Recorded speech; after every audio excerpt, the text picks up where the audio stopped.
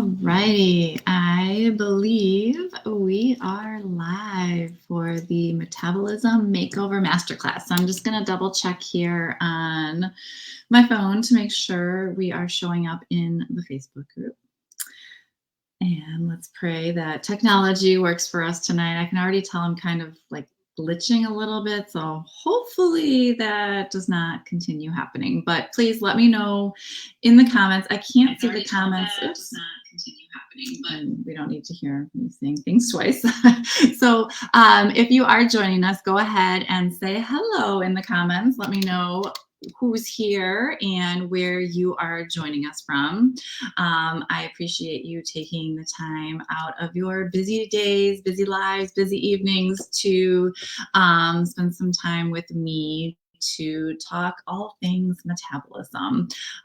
So I hope that you will learn quite a bit this evening. I know the word metabolism is thrown around quite a bit, and there's a lot of information to sift through, and it gets confusing. So I have tried to kind of make it as simple as possible for you to better understand how your metabolism works, and why it's so important for weight loss. So I'm excited to get that started today. So again, as you're popping in, go ahead and say hello in the comments and let me know that you are here. And I'm going to see if I can get my screen to start sharing here.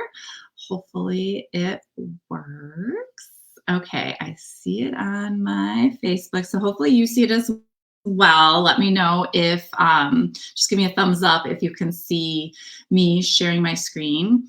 And now let me get to that screen so I can move it forward. All right. Hey, Michelle, how are you? Hope you're doing well. Hey, Jen. Glad you could make it here today. So, all right, let's do this thing. I want to not take up too much of your time since I know we are all busy. So, metabolism and fat loss go hand in hand, and there is a difference between fat loss and weight loss. And when we are trying to, we typically say lose weight. What we're really trying to do is lose fat, because weight loss is when you're losing water weight, when you're losing muscle mass and fat. But we don't want to lose muscle mass, right? And we don't, water weight fluctuates a lot. So that's not really actual like weight loss when we're losing water. We really want to lose fat. So today, when you hear me say fat loss, I mean losing inches, losing pounds, but you want those to be from fat. Okay. And as we are going through these slides, please feel free to drop comments, any questions that you have as we're going through. And then I'll also leave some time at the end for any other questions that come up. But for those of you, hey, Becca, I'm glad you could join us. All right, so for those of you that do not know me, my name is Christina, and I have been in the fitness business for, oh my gosh, probably like 19 years now, I think. Yeah, long time. Prior to that, and even during part of that time, I was a school teacher. I was not very happy in the teaching profession, so I took that leap of faith and jumped to something that I had a lot of passion around, and it was one of the best things I ever did. So the reason I have so much passion around weight loss and helping women reach their health and fitness goals is because from a very young age, I think I went on my first diet at the age of 11. And I had a very poor body image from that young of an age, and just struggled with my relationship with food and my relationship with my body. And it went on for years and years and years. And it really wasn't until after I had my children where I finally started appreciating my body in a different way. And I can honestly say for the first time in my life, at the age of 44, I actually love my body and I am confident in my body. And I never thought I would ever be able to say that because it had been years and years and years of just going through very low confidence and just hating my body, really. So it is possible as we age to change the way that we feel about our bodies. And that is why I am so passionate about this, because I see what a big difference it made in my life to just have that confidence and the knowledge around how to eat for both my health and for enjoyment, because food is for both. So that is kind of why I totally love what I do. And I want to help as many other mamas out there fall in love with their bodies, either again or maybe even for the first time, like it was for me. Alrighty, so moving on. If you are here, most likely you too are a busy mom who juggles lots and lots of responsibilities. You feel overwhelmed and you want some realistic ways to prioritize your health and your weight loss. And realistic is the key word there, because as busy moms, we can't do some extreme crazy thing. And we have to have something that can easily fit into our lives, right? Finding time is not easy. And we want something that we know is going to work, and having the knowledge behind it is key to making something work. So that's why today is really going to be helpful, because it's going to give you lots of knowledge. You might also be here because you are just absolutely exhausted and you feel like your body isn't your own anymore and you put yourself last. And I'm here to tell you, you can't pour from an empty cup. As hard as it is, we have to take care of ourselves too. And sometimes first, just like when you're on an airplane, you're going to put your oxygen mask on first before you put your child's oxygen mask on. You will be a better mom if you take care of your health and your well-being first. Okay, so it benefits everybody. What we will learn today. So you're going to learn exactly how your metabolism works and why it is so incredibly important for fat loss. I'm going to help you sort through all of that crazy information that's out there, because the internet can be a wonderful thing, but it can also be extremely overwhelming when we're trying to figure out exactly what we need to do. And it gets confusing, and most often then we just kind of give up. Or we hear some myths and we think they're truths and we follow them, and it turns out not to work, and then we get frustrated and all of that kind of stuff. So I'm going to help you sift through all of that. I will share with you some practical and easy to implement nutrition strategies that will help you as a busy mom reach your goals. And I will also share with you the time-effective exercise routines that you need in order to help you boost your metabolism and reach those goals as well. Okay. All right. So I'm just going to check the comments, see if anybody has any questions. All right. Good, good, good. Hello, Mary Lou. Glad you are here as well. So as you're popping in, just say hi. All right. So let's start with the very basics. What exactly is your metabolism? Okay. Basically, it is all of the chemical processes that are going on in your body that allow you to stay alive and to function, to do all of those bodily functions. And our bodies are amazing things. The things that our bodies can do is just unbelievable. And it requires energy, okay, to have those chemical processes happen. All right. And so these are things like, breaking down the nutrients from our food, so in our digestive system, and repairing our muscles after we do a strength training workout, keeping our heart beating, our breathing, all of that stuff is those chemical processes. Okay. And it is broken down. Hi, Monica. Hi, Dory. Nice to see you guys too. Hi, Carrie. So glad you guys are all here this evening. So basically your metabolism can be broken up into 4 main pieces. Okay. And sometimes you may see the letters TDEE and think, what the heck is that? So TDEE stands for total daily energy expenditure. Okay. And basically, that is the total number of calories that you are burning throughout the day through your metabolism, okay? Or just in general, how many calories you're burning throughout the day. And there are 4 pieces that go into that. So the first one is your BMR. You may have heard that term as well. That's your basal metabolic rate. And we're going to go in deeper into each of these as well. Second one is NEAT, your non-exercise activity thermogenesis.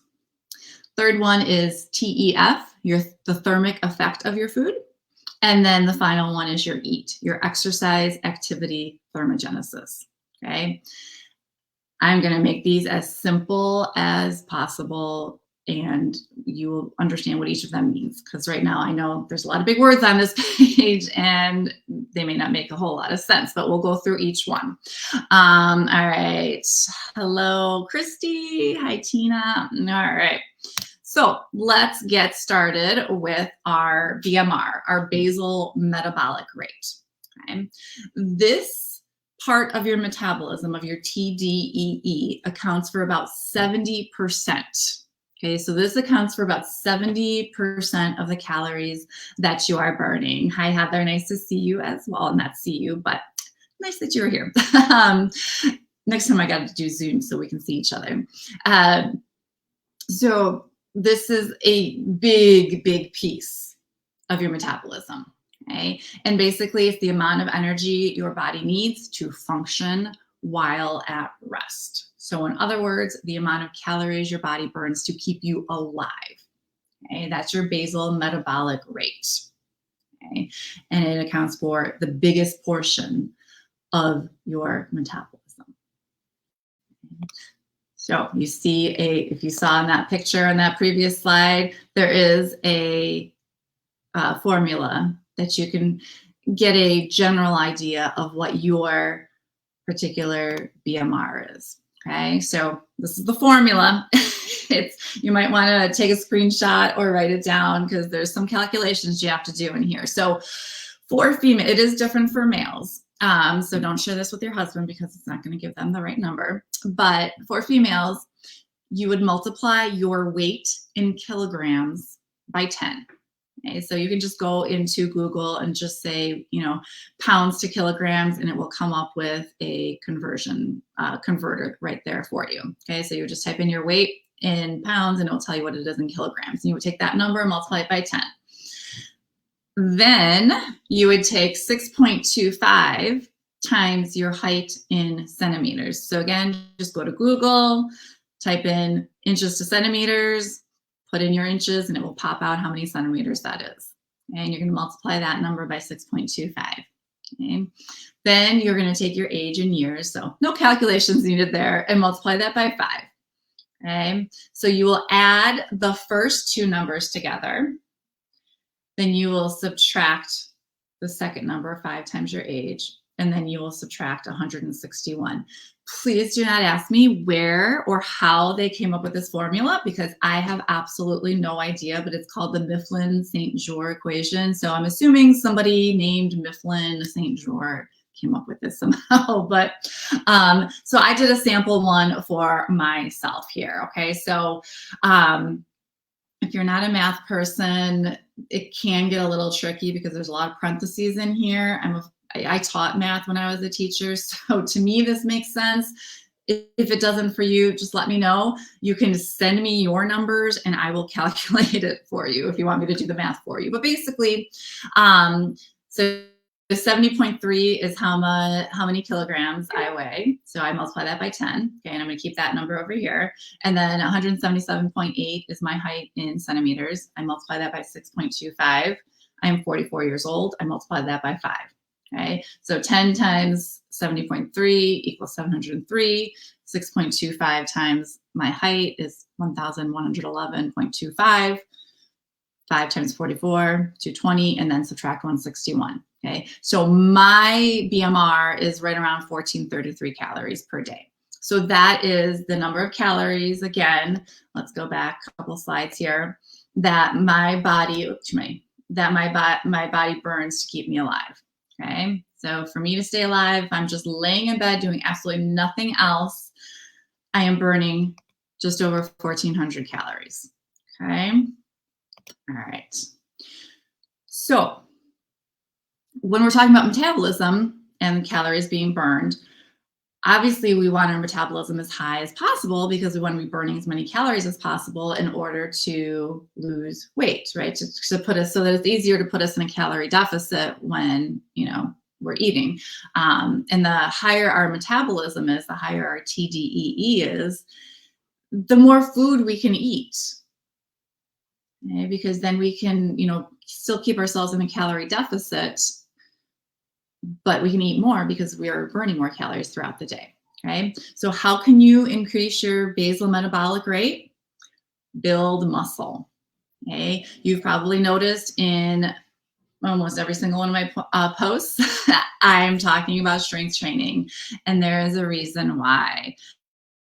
The more muscle we have, the faster our metabolism is, the more calories we are burning. Okay. Because 1 pound of fat burns about 2 calories per day, but 1 pound of muscle burns 5 calories per day. Okay. So that doesn't seem like a lot, right? But in the grand scheme of things, it does make a difference. 5 calories versus 2. So building muscle will help us burn more calories throughout the day, will increase our basal metabolic rate. Okay, and we'll talk about how to build muscle in a little bit here. Okay, but that is how you can increase that big piece of the of your metabolism. That 70%, that counts for 70%. So even when you're sleeping and doing nothing else, the more muscle you have on your body, the more calories you are burning. Okay. If you're watching this today, and then let's say we do this again a year from today, and you have gained 10 pounds of muscle, just sitting here watching me and listening to this, you will be burning more calories. Okay. So build muscle is key. All right. Moving on to the next one, your non-exercise activity thermogenesis, or your NEAT. This accounts for 15 to 30% of your TDEE. Okay, so 15 to 30% of the calories that you are burning in a day. And basically, this is the energy that you are expending for everything you do that is not sleeping, eating, or sports-like exercise, like real exercise, okay? So in other words, the amount of calories your body is burning during non-intentional exercise. And this is where your steps come in. Okay, you probably hear me harping about getting in your steps, getting in enough steps each day. And it does make a big, big difference due to your NEAT. Okay. And again, feel free to drop questions as we're going through. I know I talk fast, so if you need me to restate something, let me know. All right, so how can you increase your NEAT? Move more throughout the day. Okay, your NEAT has the most room to increase your metabolism. Okay, for example, walking can double your calories burned versus just resting. Okay? That's why treadmill desks and standing desks are so popular nowadays, because people have finally realized that they can burn so many more calories, and it's good for us for a lot of other reasons other than just burning calories. But if you just have one of those walking pads by your desk, or I have you may have seen a picture that I posted before of like a little desk that I put on my treadmill, and I just put my treadmill at a very low speed, like 2 miles per hour, and I can do my work while I'm walking, while I'm moving, and I'm burning double the calories that I would be if I was just sitting here. Okay. So move the body. Another thing I kind of want to add to that doesn't necessarily have to deal with burning more calories throughout the day, but sitting for 6 or more hours a day is more harmful for your health than smoking a pack of cigarettes a day. When I first heard that, that was like mind blowing because we all know how horrible and harmful smoking is for our health. But sitting for 6 or more hours a day is even worse than that. And how many of us sit at work the majority of the day? Okay, so if you have a sedentary job where you're sitting in front of a computer for the majority of the day and you add in walking, you're going to notice a huge, huge difference. All right, so let's talk a little bit more about how we can move more throughout the day. So I already mentioned getting a standing desk or a walking pad, treadmill / desk. They even have like exercise bike desks, or even buying like just like the pedals of an exercise bike and moving your body that way makes a difference. Fidgeting makes a difference. You could burn an additional 280 calories over a 7-hour workday if you just fidget. And I remember when I was younger, I was a big fidgeter. Like I would always be like moving my leg up and down as I was sitting there. And I remember my grandma would like get annoyed with me and be like, stop moving. So now I can say, Grandma, hey, I was just trying to burn more calories throughout the day. So even if you're just fidgeting, like moving a pencil around, that can help you burn more calories. Right? So keep that in mind. Try not to stay in one spot for more than a couple of minutes. Move around. Take the stairs. As long as you don't work on like the 50th floor of an office building, take the stairs at work, or anywhere you go that you see stairs, and if there's an elevator option, take the stairs. Okay, that will add movement, that will increase your NEAT. Pace around your office or your home while you're on the phone. Don't just sit on the phone and lean back and just relax. Take that time to walk around. Even going outside. I don't know how many people I see walking outside, either holding their phone or having their earbuds in and talking to somebody on the phone. Great way to kill 2 birds with 1 stone. Okay. If it's a meeting for work even, and you don't have to be on camera, right? Walk around your house, walk around outside. Okay? Get in as much movement as you possibly can. And we've all heard this next one, I remember hearing it for years, park farther away. Park at the far end of the parking lot. Now, this is not something that I would want to do in the wintertime because of the snow and the ice and the cold. But definitely, if you live in a climate where it never gets freezing cold, do it all year long. Me in the Chicago area, I'm probably just going to do it in the warmer months, but it gives you those extra steps. It all adds up. All those small little things add up. Another thing you can do is to set a timer to remind you to get up and walk around or stretch or just, kind of move around in your chair. If you can't even stand up, that's fine, but for 5 minutes every hour.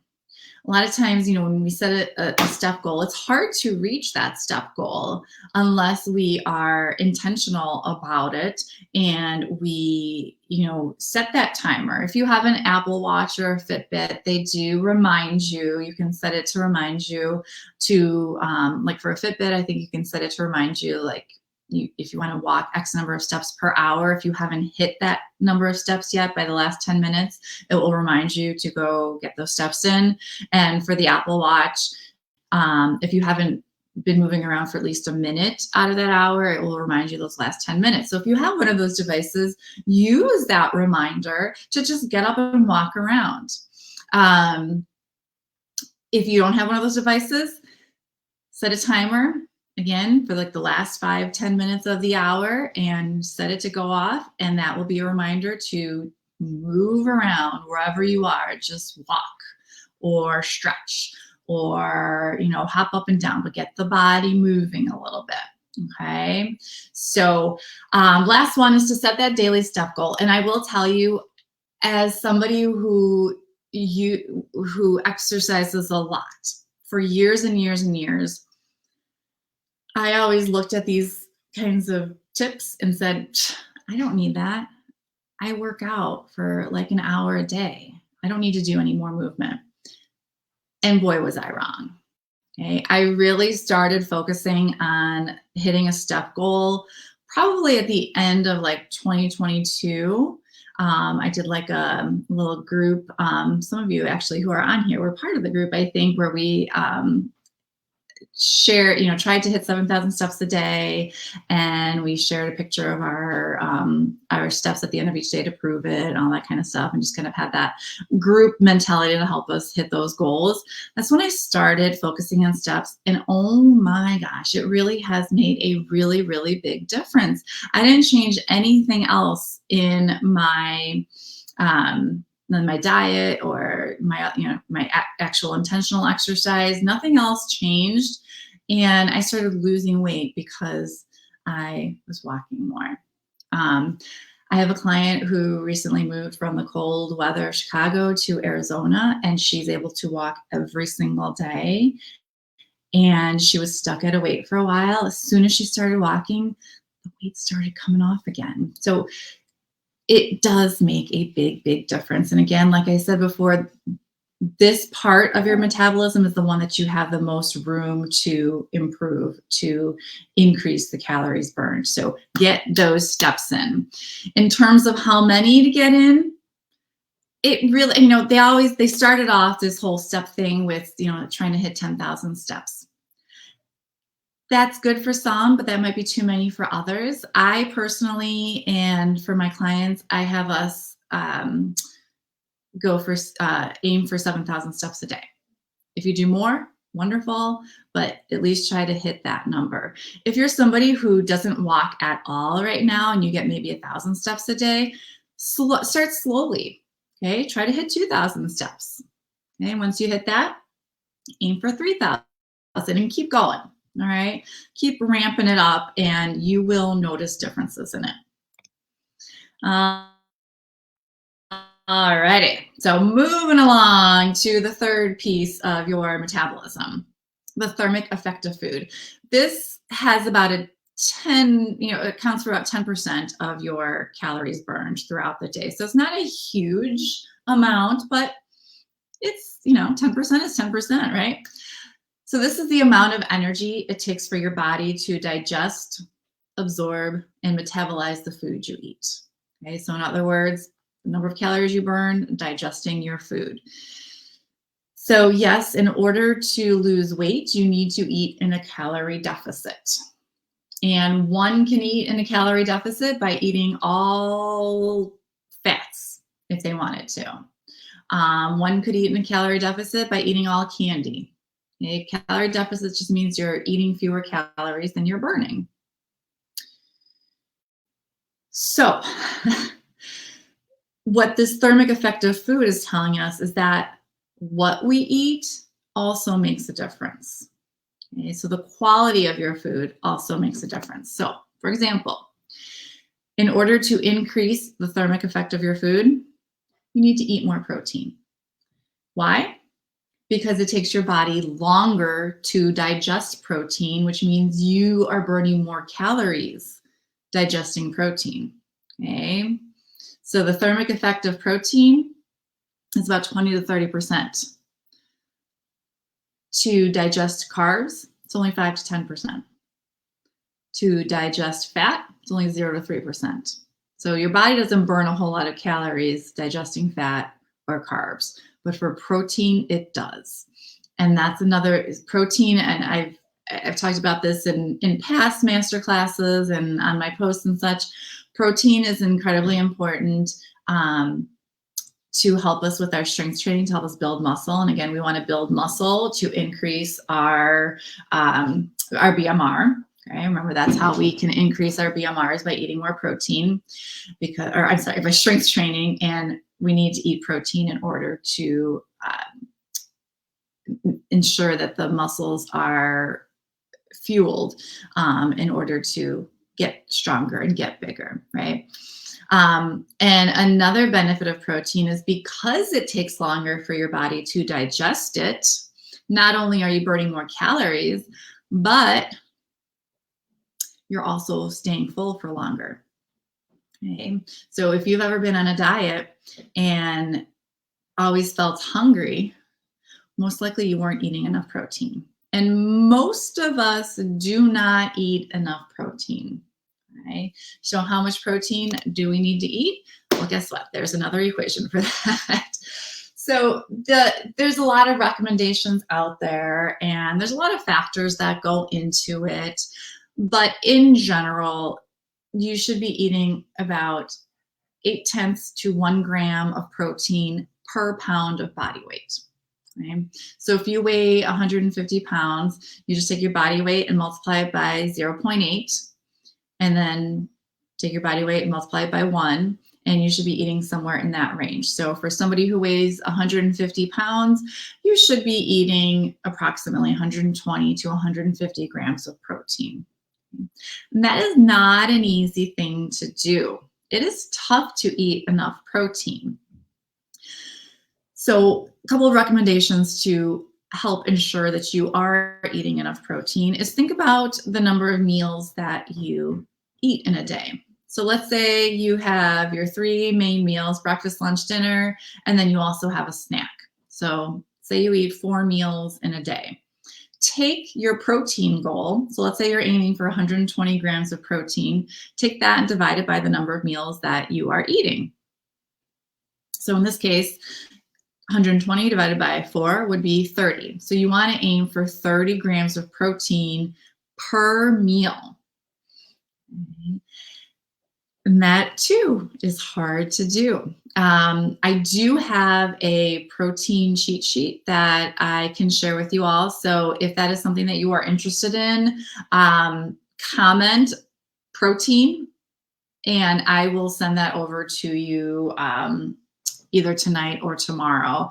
And it will show you some of the major protein sources and how much protein they have. So that can kind of help you kind of determine what you could be eating in order to make sure that you have enough protein. I also recommend eating the protein piece of your meal first because it does fill you up. Okay. And then typically, if you eat that protein piece of your meal first, you will probably leave other stuff on your plate because you'll get full. Okay.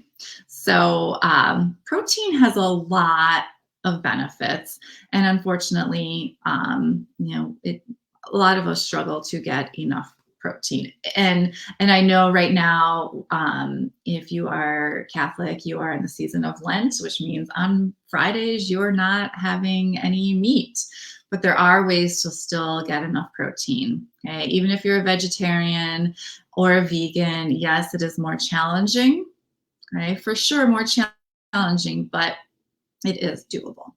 Okay, so again, if you want that protein cheat sheet, just drop the comment in there and I will send that over to you. All right, last piece of your metabolism is your exercise activity thermogenesis, or your EAT. Okay? This is the number of calories your body burns during intentional exercise.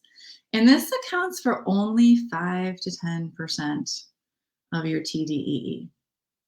Okay? So I am a huge proponent of exercise, but not because of the calories that you burn from exercise. Okay? The calories that you burn from exercise are negligible. In fact, if you track your food in an app like MyFitnessPal, I recommend not. In MyFitnessPal, you can add in, you can track the exercise that you did that day, and it will add the calories that you burned through exercise to your calorie goal. Don't do that. Okay. Exercise is good for many, many, many, many reasons, but not for the calories burned. So it doesn't matter how many calories you are burning during your exercise session. Don't focus on that and don't add that back into your food allotment because it's not gonna make as big of a difference, and it could potentially cause you to overeat. All right. So how can you increase your EAT? Strength training. Okay, so again, it comes back to strength training. Not only does it increase your BMR, but it also increases your EAT. All right. So strength training, if you are going to exercise, this is another reason why I am a huge proponent of strength training, because it helps to increase your metabolism and excuse me, you burn more calories throughout the day when you do strength training exercises. All right. All right, so here's a little graph that kind of shows what most people think about their metabolism, okay? So that top one there, that's the 5%, that's your EAT, your exercise, activity, thermogenesis. That 10% is your TEF, the thermic effect of food. That 15% is your NEAT, okay, your non-exercise activity, thermogenesis, and that 70% is your BMR. Okay, so most people don't even realize their BMR exists, right? We don't realize that our body is burning calories just to keep us alive. Okay, I've already mentioned this for your NEAT. This was me. I work out 5 times a week. I don't need to get in any extra steps. I get in enough activity, but that's not true. You can make that 15% bigger by adding in more movement throughout your day. Again, just fidgeting helps.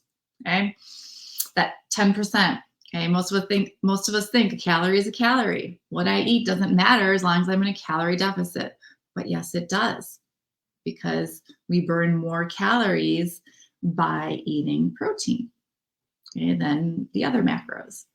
And I am not by any means saying don't eat fats and carbs, because we need to eat everything. I do not believe in cutting out any of the macros, cutting out any food groups. All foods can be eaten and should be eaten.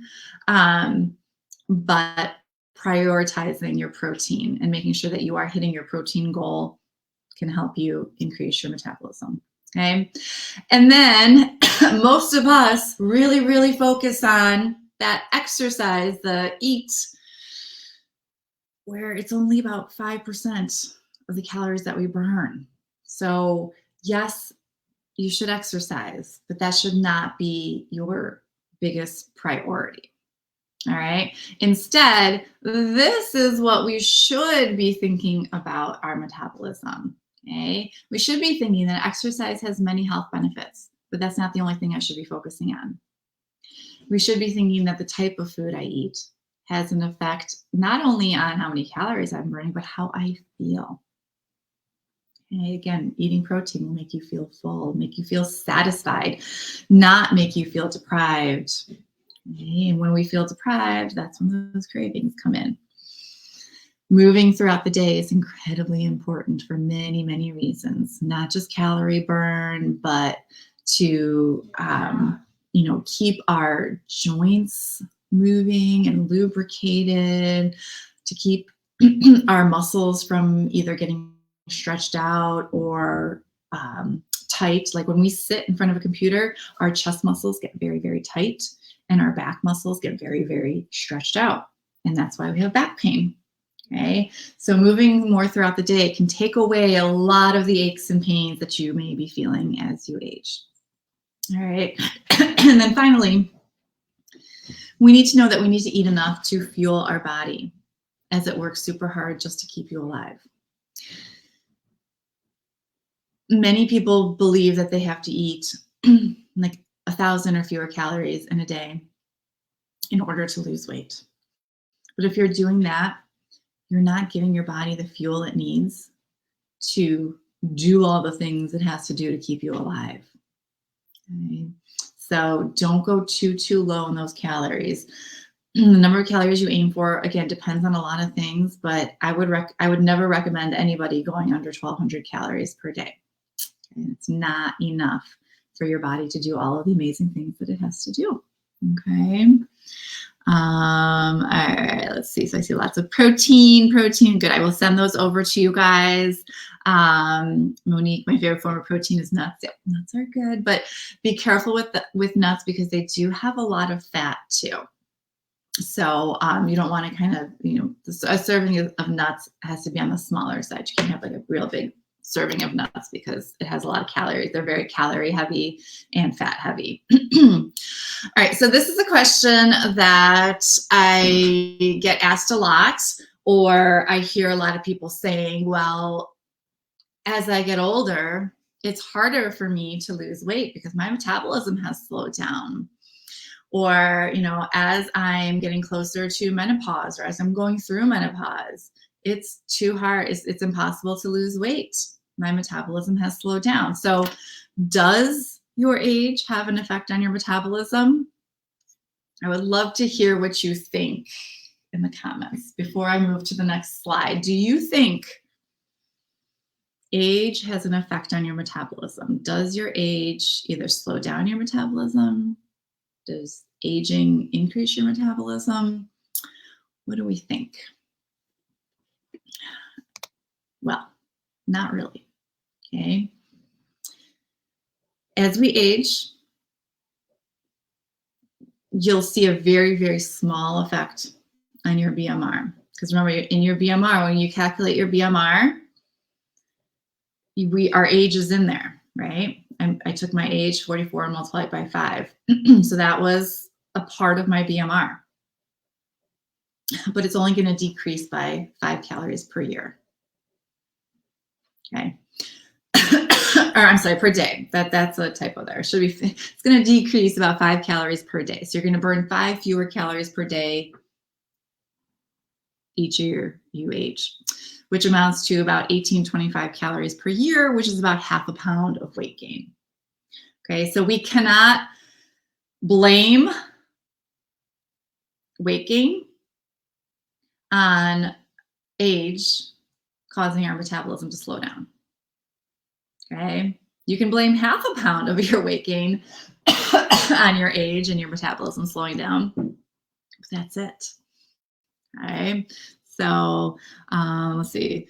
All right, so yeah, Jeanette says she thinks age slows it. So does Becca. Carrie, yep, yes, but probably not as much as we think. Bingo. Carrie Newell says, I feel like hormones play more of a role. And we're going to talk about hormones in a minute here, too. Let me just grab a quick drink. Okay. What typically happens, and I can't remember if I had this in the next slide or not, so let me look real quick. Okay, so I do have this on the next slide. So when we use age as kind of what we're blaming our weight gain on, it's not necessarily how old we are. Okay, age is just a number. It's what happens as we age, how our lifestyle changes. So as we age, we typically become more and more sedentary. Okay, we get less active as we age, which we know, okay, based on everything that we heard about metabolism, right, that the less active we are, the fewer calories we are burning. So that's why that NEAT and getting more movement throughout the day is so important, okay, because as we slow down and move less, we burn fewer calories. And that's why our metabolism slows down. Second, after the age of 30, we start losing 3 to 8% of our muscle mass each decade. However, there's a way to counteract that by strength training. So, like I mentioned before, muscle burns more calories. Okay, remember, a pound of muscle burns 5 calories, a pound of fat, 2. So the more muscle we have, the higher our BMR is. Okay. And the higher our exercise activity thermogenesis is. So again, that's another reason why strength training is key, because we want to build muscle to keep our metabolism elevated.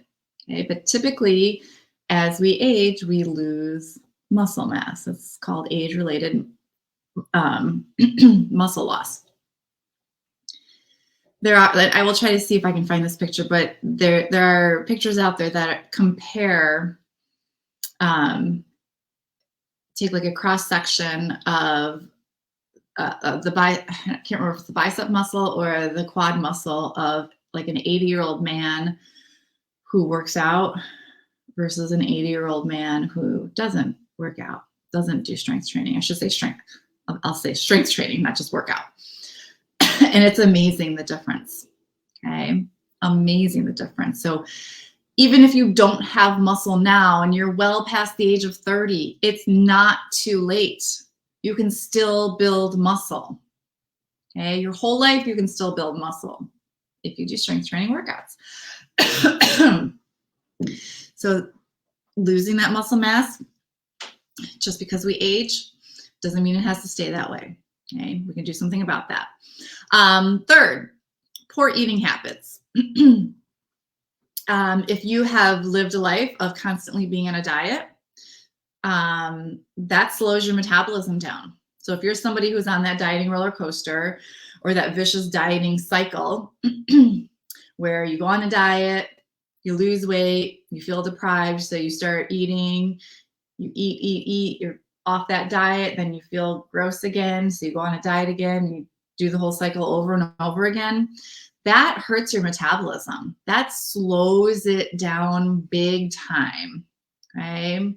As well as just poor eating habits in general. Okay? So really tuning into your nutrition, okay, and focusing again on the protein and on fruits and vegetables and just whole foods in general can help, okay? And then finally, not drinking enough water, not getting enough sleep, and high levels of stress will also have a negative effect on your metabolism and will slow it down. Okay. And this also comes back to what Carrie said about hormones playing a role. Okay. So we're going to talk a little bit about hormones and whether or not what we hear all the time about hormones is true. Okay. Because right now, I talk to a lot of people who automatically say, well, I'm in menopause, so my hormones are all out of whack, and that makes it impossible to lose weight. Does it? Okay. So let's talk about those hormones. All right. Are they to blame for your weight gain? Again, possibly, but not as much as we are led to believe. So I am in a lot of like weight loss groups where, you know, women go in and ask questions, and so many women blame the fact that they're not losing weight on their hormones. And unless you have had a doctor check your hormone levels, it's most likely that you're just not eating in a calorie deficit. You may think you are, but you're not. Okay, so let's talk about 4 hormone related things here. So number 1, your thyroid. If your free T3 levels are low, your metabolism will slow down. Okay, so you can absolutely go to your doctor and ask them to check your hormone levels, see if it does have something to do with it, but don't automatically go to blaming your hormones. Okay? Because there's a very small percentage of us who are actually affected so much by our hormone levels that we can't lose weight. Okay, but yes, if your free T3 levels are low, your metabolism slows down. However, we just learned about a whole bunch of things we can do to increase our metabolism. And those things work even if your T3 levels are low. Okay, so you can still move more throughout the day. You can still do your strength training. You can still eat protein, and that will increase the other parts of your metabolism. Okay, so just because they're low and have slowed down your metabolism, can't blame your thyroid for everything. Okay. Secondly, cortisol. So if we have consistently high cortisol levels, our metabolism will slow down because high cortisol tells our fight or flight response nervous system, okay, to go into effect, okay, because high cortisol is linked to high stress. We're in high stress, that fight or flight response. And when our body is in that fight or flight response, the rest of our body functions slow down because our body's so focused on the stress and what you're going to do about it, right? That fight or flight. So dealing with your stress can help get your cortisol levels back into control. Okay, so that's why stress does play a role in weight loss. So being able to, there's a lot of different tools out there for stress relief, and different things work for different people. But if you do feel that you are consistently in a high stress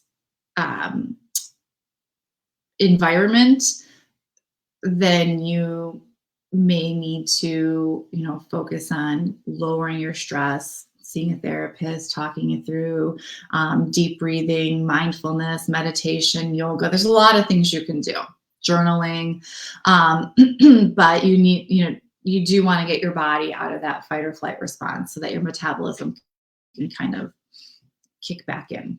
Okay. And high cortisol is also linked to high insulin, which we'll talk about in just a minute here. Number 3, as we go through menopause, our estrogen levels increase and our progesterone levels decrease, which can make it more challenging to lose weight. Okay. And both of these also are linked to insulin. Okay. So insulin seems to kind of be like the big overall arching hormone that changes how our body loses weight. And again, I would recommend going to your doctor if you do feel that this is an issue and seeing where your estrogen and progesterone levels are. And then your doctor can give you suggestions on how to even them out, get them back to, a more normal level to make weight loss a little bit easier. Okay. And then finally, so both, we already said that cortisol increases high or insulin, estrogen, high estrogen, low progesterone increases insulin. Okay. So what happens when we have chronic high insulin? That can lead to insulin resistance. Okay, which then causes us to store excess blood sugar as fat. Okay, so that right there is kind of the biggest piece of the hormones that could be detrimental to weight loss, is that when we have insulin resistance, we store that blood sugar that our body is unable to use as fat. Okay, but this is not everyone. Okay, this is just a small population of people where this happens to. Okay. If you do feel that, or if you're thinking that hormones are, to blame for your struggles with losing weight, and first, I would suggest double check and make sure you are eating in a calorie deficit. Okay. Track your food, track how many calories you're eating, track accurately, measure and weigh your food. And track every single thing you put in your mouth. So all those little bites, licks, and tastes that you take throughout the day, those all have to go in there because those can all add up. So sometimes we think we're eating in a calorie deficit, but we're truly not. So I would recommend tracking for 2-3 weeks as accurately as possible.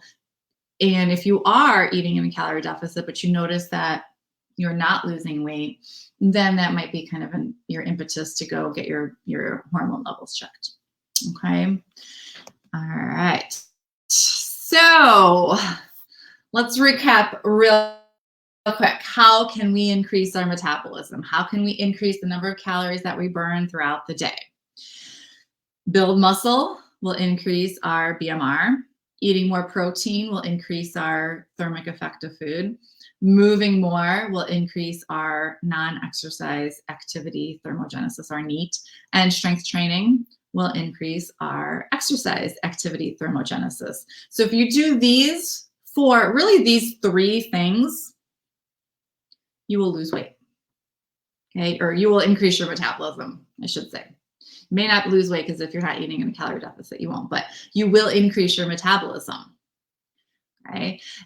And again, the beauty of the strength training, the muscle building muscle, and the moving more and the eating more protein is that once you hit your goal weight, you're able to eat a lot more calories than you ever would have thought possible because you're doing all the right things to keep your metabolism elevated. So you're burning a lot of calories throughout the day so you can eat more calories when you're eating at your maintenance calories.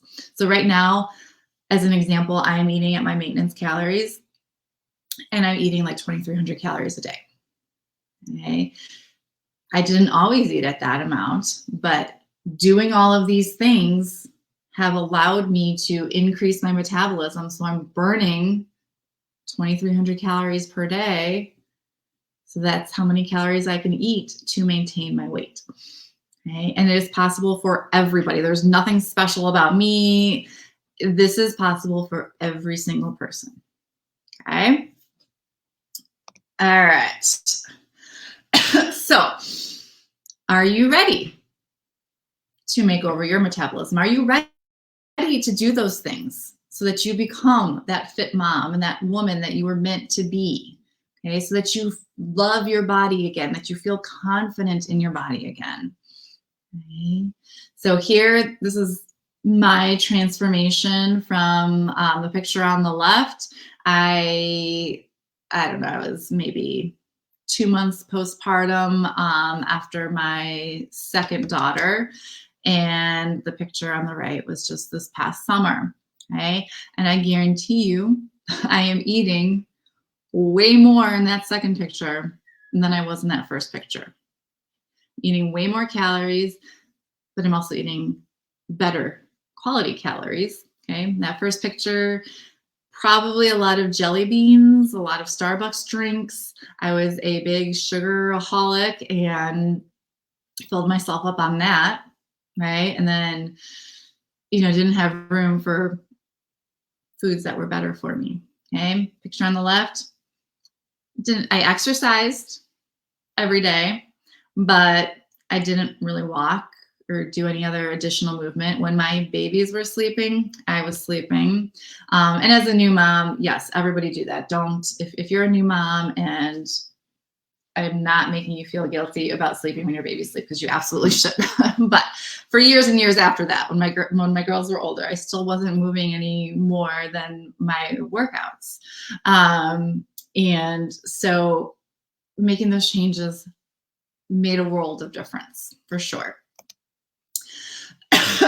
Excuse me, I'm sorry. So I would love to share just real quick. We're almost done here, and I want questions. So type your questions in, and I will answer them as they come on in. But I just wanted to share with you that if you are interested in also loving your body again, or for the first time, I do have a weight loss coaching program called From Flabby to Firm. Okay. It's a one-on-one fitness, nutrition, and accountability coaching program. Okay. And we do all of those things to increase your metabolism. But not only that, you have me keeping you accountable and making sure that you are doing all the right things and doing them when you should be doing them, and not making excuses not to do them. So there's 3 pillars that come as part of the program. The exercise pillar, we follow the 3M method of strength training to melt fat, build muscle, and boost your metabolism. Okay, so big strength training focus there. You will learn exactly how to strength train. You don't have to have any background knowledge about it. But even if you do have background knowledge, strength training it's the basics. It's the basics that count. It's not the most exciting, beautiful, interesting form of exercise, but it's the one that works. And it's the one that's most efficient. Second pillar is your nutrition. Okay, so I teach you to eat in a way that all foods are allowed. Okay, I don't believe in diets. We take what you're already eating and just make small little sustainable changes so that you don't feel deprived, so that you don't feel like you're starving. we put a lot of emphasis on, as you probably guessed it, protein. But other than that, you can still have your glass of wine on Friday night. You can still go out for happy hour. You can still go on vacation and enjoy yourself, okay? Because you are learning how to enjoy food and make it work for you, okay? And then the third pillar is that accountability piece. You're 95% more likely to reach a goal if you have a set accountability partner and an appointment. And you have me for that in this program. So you pretty much have no excuse not to hit your goals. So if you are interested in applying, the link is down there. It's befitwithchristina.com. And just a few little pictures of clients and some of their results. Heather lost 40 pounds and 32 inches. She's at her goal weight now, and she is focusing on maintaining, and we are working on bringing her calories back up so she can eat more without gaining any weight. Julie, in her first 12 weeks, lost 12 pounds and 11 inches. Jen, in her first 12 weeks, lost 14 pounds and 15 inches. Jennifer lost 15 pounds and 19 inches. So lots of pounds lost, but even more inches lost, which is why fat loss is the key term here. Okay. When you're losing inches, that means you are losing fat and gaining muscle. All right. And that is a benefit to your metabolism. All right. So as a thank you for spending time with me this evening, I would love to offer 4 additional weeks in the program for free to anyone who applies in the next 3 days. So if you apply, what is today? Today's Tuesday. So if you apply by Friday, you can just go to that befitwithchristina.com. There's just a short little application. And just because you apply doesn't mean that you automatically, have to join into the program, but just want to make sure that I truly believe I can help you. And that's why I have an application to fill out. And if I truly believe that I can help you, then we'll talk and we can, chat about all the things and answer all of your questions. But again, it's a 12-week program. And if you apply within the next 3 days, you'll get 4 weeks for free. So it'll be 16 weeks. All right. So any questions? Let me go back here and, oops. No, I just see a black screen now. I don't know what I did. Oh, here we go. Okay. Remove that. All right. Any questions?